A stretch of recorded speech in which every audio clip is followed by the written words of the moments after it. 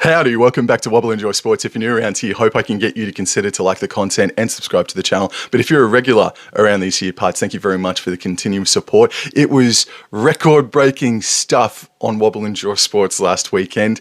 The Ace High Tips show for round number 2, 2025, was the most viewed Ace High Tips show of all time, and it garnered approximately 100 brand new subscribers to the Wobble Enjoy Sports channel. So to every single one of you, new or old, thank you so much. It genuinely means a lot. And we nearly saw some more history made on Wobble Enjoy Sports, because up until Sunday morning, I only had one correct tip the entire weekend, and then Sunday saved my friggin' bacon. And by the end of it all, it was a dramatic weekend, and I got 3 tips correct out of 8, which I still think is probably the lowest success rate that I've ever had in the 5 years, but at least I didn't finish with 1. So my most viewed ever Ace High Tip show coincided with maybe the worst ever betting weekend I've ever friggin' had. God damn it!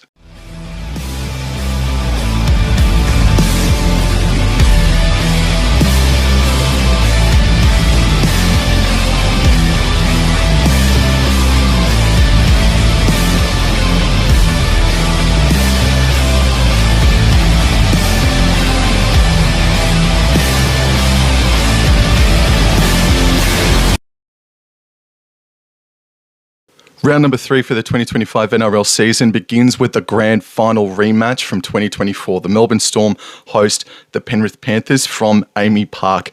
The Storm are $1.33. The Penrith Panthers are $3.35. That is absolutely enormous on the Penrith Panthers, but there is a team list exclusion from the Penrith Panthers that we'll get into shortly. But the Melbourne Storm, after spanking the Parramatta Eels 2 weeks ago on a Sunday afternoon, they are pretty much unchanged. I'll confirm that through the interchange now, with Wishart, McDonald, Kamikamitha and Va'alepu named on the reserves, on the interchange. But Melbourne Storm, after beating Parramatta, they're unchanged. Going into the Penrith Panthers, Dylan Edwards is out with a groin injury, hopefully for just 2 weeks, possibly 3. That means Dane Laurie comes in, and he's not half bad at all. We know this, but he's not a Dylan Edwards. Casey McLean, Brian Toto remain on the edges. Jack Cole, who I think has had a shaky start, not a bad start, but I think he's had a shaky start to 2025. He remains in the halves with Nathan Cleary. And then going into the forward pack, that's unchanged. And the interchange, Brad Schneider has been called upon in jersey 14, with Papali'i, Liam Henry and Luke Garner making up the rest of the interchange bench, and Blaze Talangi is right there in a jersey number 18. The Penrith Panthers, believe it or not, have the 3rd worst defensive record to begin 2025. They've scored 60 points, they've leaked 60 points exactly, and their for and against is at 0. So that's pretty cool, and that's pretty interesting. But yeah, the Penrith Panthers, they are sort of paying the price for not starting the year proper with their superstars having trials, and so they're just a step behind everybody else. But maybe they really did have the cobwebs knocked out of them last weekend in that amazing game against East, and they'll be a lot tougher opposition this Thursday night, even though there's no Dylan Edwards. But at $3 plus, I mean, there's some value to be had there. But I've got to say, Melbourne Storm, They've had a really nice run in. Yes, they lost to the Cowboys in the trial, but that's just a trial. They looked immaculate against Parramatta, but that's Parramatta. So this is their first real fair dinkum test, with all due respect to Eel supporters. This is their first real tough game for 2025. And I think they've been sitting on this night, or they've been thinking about this night since the grand final. I think the Melbourne Storm are going to pip the Penrith Panthers. I'll say maybe in that 1 to 12 range. I wouldn't be overly surprised if they won 13 plus by like an 18-point margin, but I think the Melbourne Storm are going to have the better of the Penrith Panthers this Thursday night. And speaking of which, Dor from All Out Club is going to be joining me to do a live commentary stream for Melbourne versus Penrith this Thursday night. And I'm tipping the Melbourne Storm, but I'm commentating Penrith on Thursday night. The first of two games on Friday Night Football emanates from Go Media Stadium. The New Zealand Warriors host the Sydney Roosters. The Wars are $1.85 favourites. The Roosters are $2 outsiders. And these two clubs produced one of the wackiest, freakiest Fridays I have ever seen. These two teams are coming off of Freaky Friday upset victories. One over the Manly Sea Eagles, one over the Penrith Panthers. This is straight away a really fascinating contest, whereas over a week ago, you probably looked at this game and went, oh, bloody Nora, because both these teams got smashed in round number one, and now this is terribly, terribly exciting to see what happens between the Warriors and the Roosters on Friday Night Footy. Going into the team list news now for the New Zealand Warriors, and they have they've got Marata Niukure starting in the second row with Kurt Capewell, Aaron Clark being in the lock slot. Dylan Walker, Jackson Ford, Vayamaga and Halasima round out the interchange bench. And then going into the Sydney Roosters, which just seems to be an ever-changing team list over the past couple of weeks. But their 1 to 7 is unchanged, which is great. Spencer Leniu returns. He's going to be starting at prop alongside Nufahu White. And Lindsay Collins has been named on the interchange bench in jersey number 17, coming back from, I think, a concussion. And then Angus Crichton, Siwa Wong, and speaking of returning from concussions, is Victor Radley. He starts in the lock position. Billy Smith also has been named in the reserves for the Sydney Roosters. The Roosters, what an amazing game. What an amazing effort from the boys. And I take nothing away from them, but there was a lot of drop ball from Penrith, as much as we have ever seen from the Penrith Panthers. Like in their successful history from 2020 through till now, there may not have been a worse Penrith Panthers performance, honestly, in the past 5 years. That's right up there. So a team even like the Gold Coast Titans could have defeated Penrith Panthers last week due to, I think they made 12 errors, and then obviously the 6 against and the penalties factor into that as well. But the Roosters weren't clean with their ball as well. And then you look over to what the New Zealand Warriors did against the Manly Sea Eagles. They started slow, and they can't afford to start slow against this Roosters team who have scored the first try in both of their opening contests in 2025. The New Zealand Warriors really were quite fast and determined against the Manly Sea Eagles. I liked the way they play. Manly, again, though, they were their own worst enemy with really poor discipline. And now they're coming up against the Roosters, who are sort of famous for their poor discipline as well. I am going to tip the New Zealand Warriors in this game, even though they do have Collins and Victor Radley coming back into the fold. And Spencer Leniu as well. I do think that the New Zealand Warriors, if they can play disciplined, if they can start faster and hang on to the ball, I think Roosters, they're just a team that do just have bad discipline in them, whether it be giving away a penalty or dropping the ball. If the Warriors can just stay in the fight, I think they're going to win a really, really close game on Friday night. The main event on Friday Night Football is the Queensland Rugby League Rodeo, the Brisbane Broncos versus the North Queensland Cowboys, one of the biggest and best rivalries in the NRL. Unfortunately, on Sportsbet, the Brisbane Broncos, they are $1.14 favourites, whereas the Cowboys have blown out to $5.80. Gee whiz, $5.80. Looking at the team list, yes, Cowboys probably do deserve to be the outsiders still, but $5.80 is pretty massive in a rivalry game such as this one. Let's go into the Brisbane Broncos team list now, and they are pretty much unchanged after their loss to the Canberra Raiders. However, and I was anticipating this and I'm not surprised by it, Katoni Staggs is floating around in the reserves with jersey number 19 on his back. I think I'm safe to say that he is not going to return this Friday night. I think he's just putting some steam in the Cowboys' pants for the next couple of days, but I don't think he will. But if he does, I won't be terribly shocked. Now, the team list for the North Queensland Cowboys is as follows. Braden Burns did his hamstring. Robert Derby. Now, there was an option to have Valame, there was an option to have Jackson Polo come in, or maybe a whole new person, but we've got Robert Derby coming in for Braden Burns, and Robert Derby needs to be ready If there's one thing that I've seen from him, he needs to be a little bit more confident under the high ball. And I think this is only going to be his second, maybe third first grade game ever. And he's going to have to shut down Adam Reynolds and Ben Hunt and Reece Walsh. Their kicking game, they famously put Scott Drinkwater in hell last year.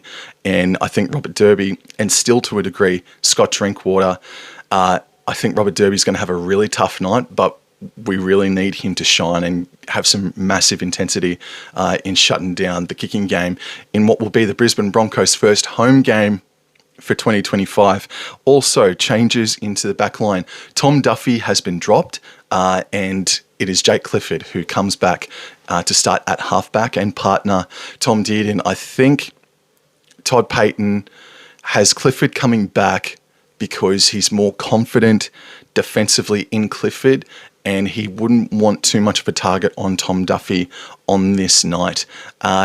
So I understand the thinking, but honest to goodness, Tom Duffy would have loved to have played in this game in the Queensland Rugby League Rodeo, but I wouldn't have dropped him. If it's an injury concern, sure, but if it's just a dropping, I would have given him one last crack, or at least two more cracks even. I don't think dropping a rookie at halfback after 2 games, I don't know what that does to his confidence. I just don't think I would have done it. But I understand by bringing Jake Clifford in, you do bring a little bit more defensive stability into the defensive line for North Queensland Cowboys. And then for the forward pack, Jason Taumalolo returns, and he had a game against for the Mackay Cutters over the weekend. He played well over a half a footy, so he's rocking. He's ready to rock and roll this Friday night.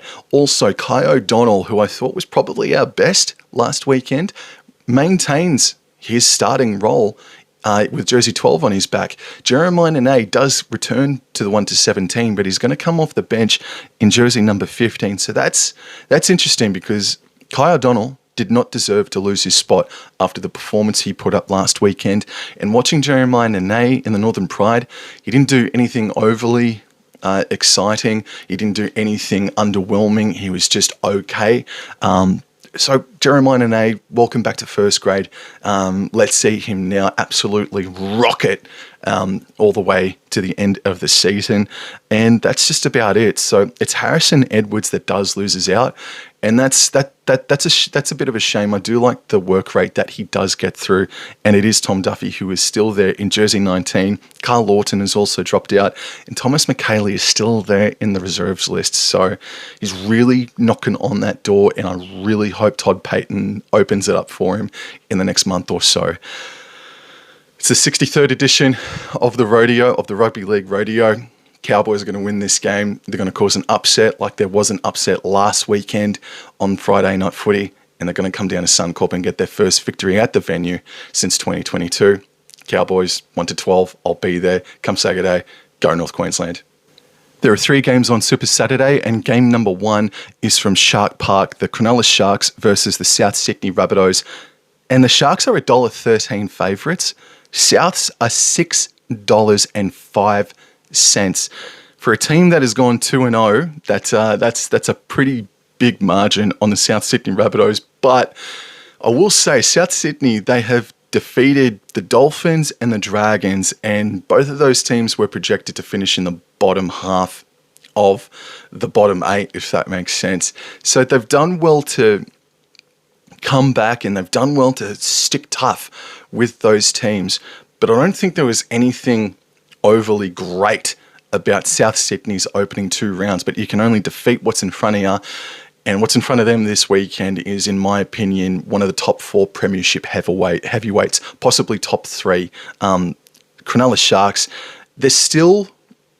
I don't think Cronulla Sharks have performed at their very best, at their absolute best in 2025, but they really took it to Penrith in round 1, and they eventually put the cleaners through North Queensland last weekend. For team list, the Sharks, they are unchanged. South Sydney, they do get a little bit stronger though. Jack Whiten does return back to the fold, so it is a Whiten and Campbell Graham centre pairing, which is one of the top 5, surely, centre pairings in the NRL. Sean Keppie, want to give a massive shout out to. I thought he was tremendous in one of his best first grade games in a while against the Dragons last weekend. And same too with Peter Mamazoulis. The back row is Kolomatangi, Arrow and Tallis Duncan. But I thought I saw a report that Tallis Duncan suffered a hip injury. So maybe watch this space. I think Tallis Duncan might be a late scratching this weekend. Jaden Sullivan, Havili, Liam LeBlanc and Tavita Totola round out the interchange bench with Michaeli Ravalawa named as jersey number 18. This is the first home game for the Sharks this weekend. It's Saturday 3 p.m. and I think Sharkies are going to win this game 13+ and give a reality check to South Sydney.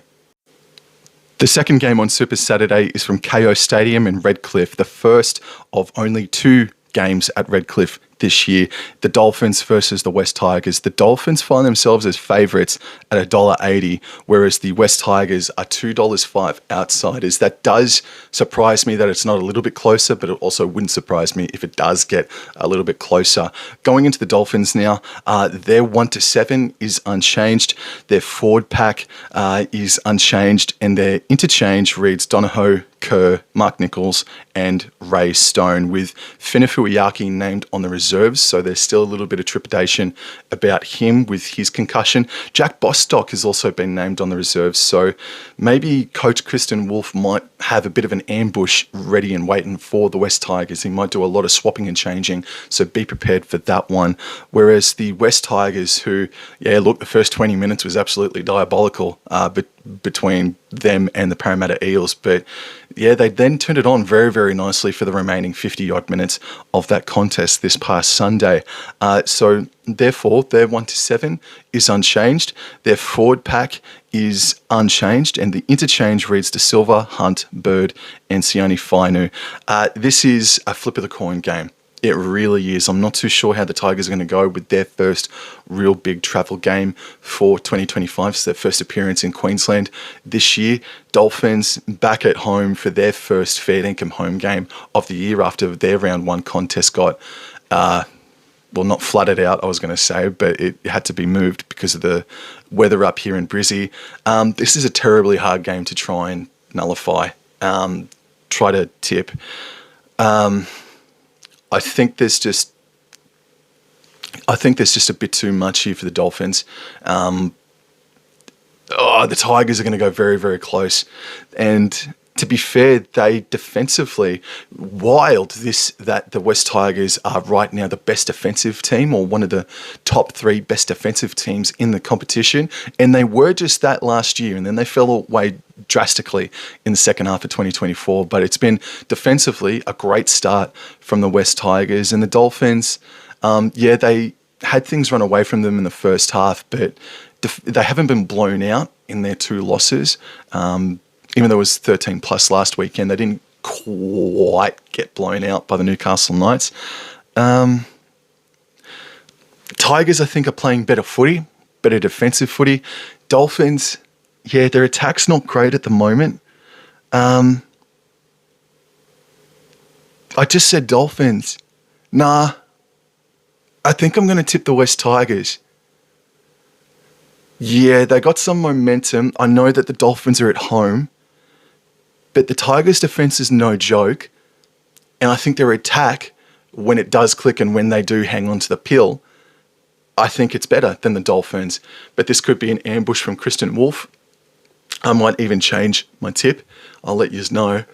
But I think I'm going to tip the West Tigers here at $2.05. And the final game of Super Saturday is from Seabus Super Stadium. The Gold Coast Titans host the Newcastle Knights, and it is the Newcastle Knights who come into the game as $1.73 favourites. The Gold Coast Titans are $2.12 outsiders. That is a huge change.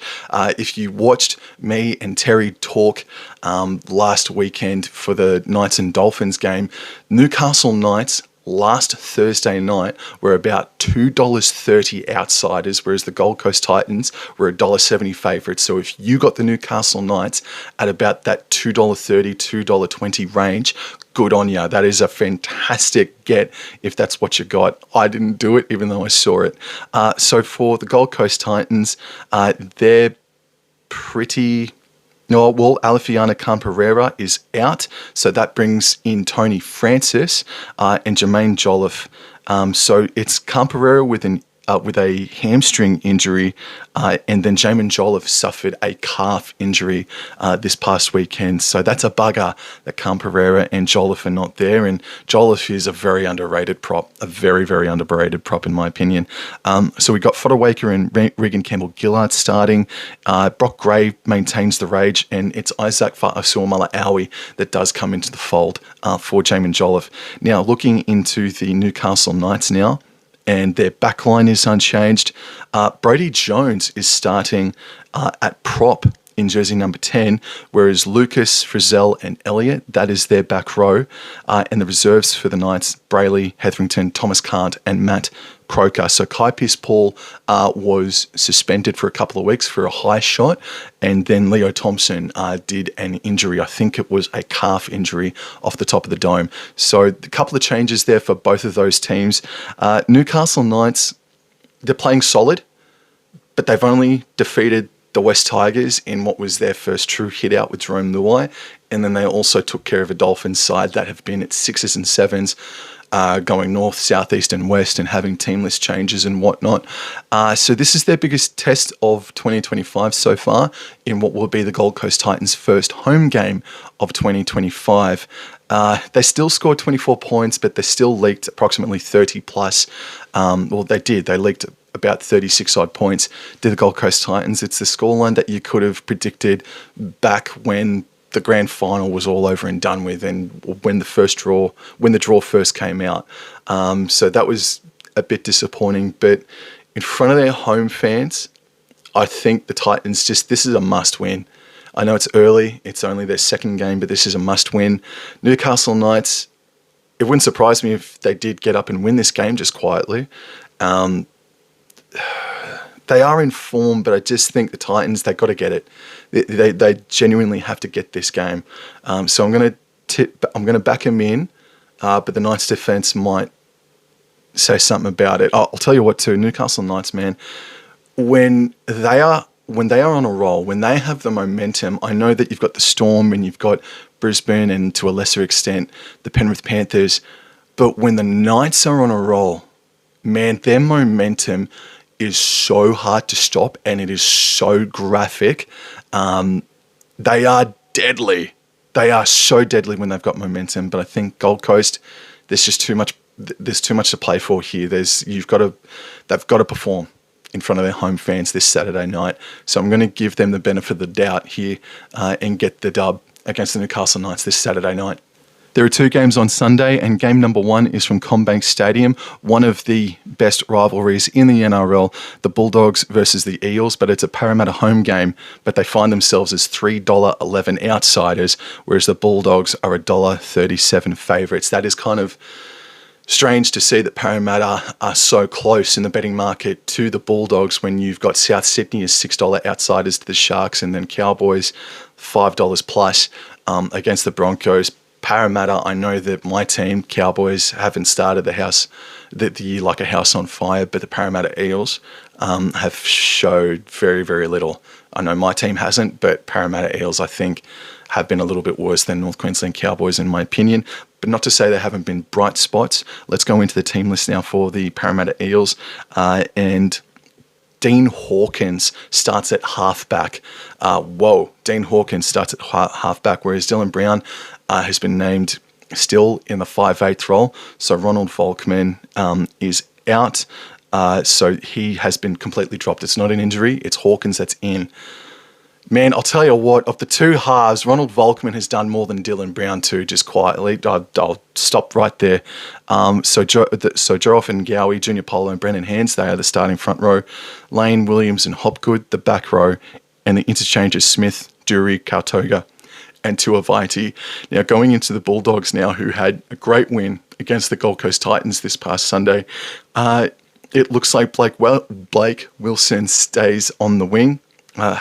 Bailey Haywood is starting in the 5'8" role because Matt Burton has done himself like a low-grade MCL injury, so he's due to miss about 3 weeks or thereabouts. Toby Sexton is the halfback. The forward pack now, Max King and Josh Curran start in the front row. Tupanua and Preston and Jamin Salmon start in the back row because Viliami Kiko is also out with an MCL injury, which I believe is a little bit more severe. And the interchange reads Kurt Mann, Harry Hayes returns to the fold, Saluka Fafita and Curtis Morin. I also see Ryan Madison and Josh Addo-Carr have been named on the reserves for the Parramatta Eels. And seeing that makes me think, or maybe a bit of an ambush performance might be on against their bitter rivals, the Bulldogs here. But the Doggies, even though they've leaked 20 points or more in each of their first 2 games of 2025, I think that they'll just be too good here for the Parramatta Eels. But I'll say that they'll win 1-12. I think they might get a bit of a scare this Sunday. And the final game of round number 3 is a blockbuster in waiting. What a monster game this could be. The Manly Sea Eagles host the Canberra Raiders. Sea Eagles $1.55. The Raiders are $2.46. Oh man, this could be an amazing game of footy. So let's go into the Manly Sea Eagles team list, and Tom Trbojevic has been named at fullback. He had to come off halfway through the Warriors game with hamstring tightness. Honestly, if he's fine, sure. But honestly, if he's complaining and coming off just off his own free will sort of thing with hamstring concerns, you don't muck around with it, eh? Like, there might be a chance he still might not play this Sunday, but gee whiz, man, you've got to take every precaution with Mr. Turbo. Talatau Kola returns for the Manly Sea Eagles. Daly Cherry Evans has also been named after he had to come off with a back complaint. But he seems right. And then we've got Paseka and Taukeiaho starting in the front row this weekend. Olakau'atu and the Trbojevic brothers, Jake and Ben, they're in the back row. And the interchange reads Jake Simpkin, Corey Waddell, Bully Moore, and Josh Aloiai. I know that they got some monster humans there in their starting forward pack in Paseka, Taukeiaho, and Olakau'atu. But that, and I know Bully Moore's a good player, but that's not the biggest bench you've ever seen, is it? And let's go to the Canberra Raiders, who are just the land of the walking friggin' giants. KO Weeks, Tamale, Timoko, Chris Savage returns to the fold for the Canberra Raiders. Massive inclusion. And then Strange and Fogarty as their halves pairing. Josh Papali'i and Corey Horsburgh starts. Corey Horsburgh, I know Payne Haas and Pat Carrigan are doing their thing, man, but is Big Red the best prop in the game currently based on form after the first 2 rounds? Possibly, probably. He's been absolutely just mind-blowing. The back row for the Raiders is Young, Nicholson and Morgan Smithies. Zach Hosking breaking his hand in round number 2, so that's a friggin' pain, but he'll come back in about 4 to 5 weeks. And then the interchange for the Raiders is Patty Sasangi. Trey Mooney comes back into the fold, and Atta Mariota, with Albert Hopewadi being dropped for Xavier Savage. With Trbojevic, I wasn't actually anticipating to see Turbo's name. I thought they would have been really cautious, but if he's right to go, he's right to go.